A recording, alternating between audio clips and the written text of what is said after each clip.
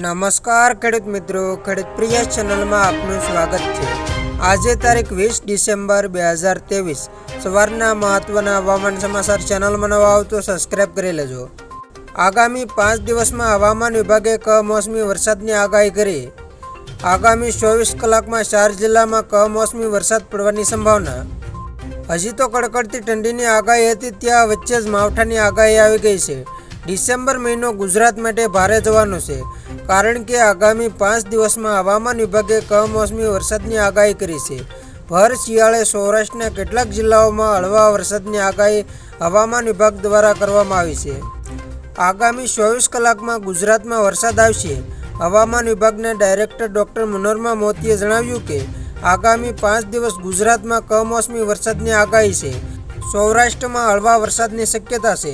પોરબંદર, અમરેલી, રાજકોટ અને દ્વારકામાં હળવા વરસાદની આગાહી છે।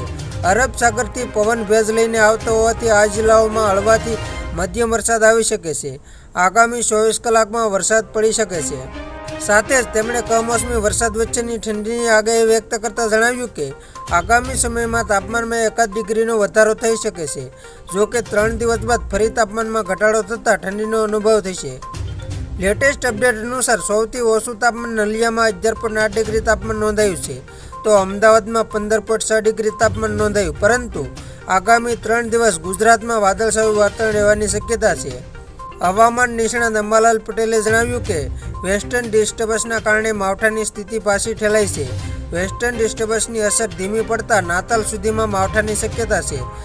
તો ઠંડી અંગે અંબાલાલની મોટી આગાહી એવી છે કે નાતાલ સુધીમાં ગુજરાતના વાતાવરણમાં મોટા ફેરફાર આવશે। 23મી બાદ હવામાનમાં મોટા ફેરફાર આવશે।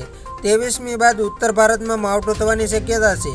આ દિવસોમાં કરા અને ગાજવી સાથે વરસાદ પણ થઈ શકે છે। અંબાલાલ પટેલે કહ્યું કે 23 ડિસેમ્બરે ગુજરાતમાં પણ માવઠું થવાની શક્યતા છે। નાતાલ સુધીમાં હવામાનમાં મોટા ફેરફાર થવાની શક્યતા છે। તો ખેડૂત મિત્રો, આ હતા સવારના મહત્વના હવામાન સમાચાર। ફરી વખત મળીશું નવી અપડેટ સાથે। ત્યાં સુધી જોતા રહેજો ખેડૂત પ્રિય યુટ્યુબ ચેનલ।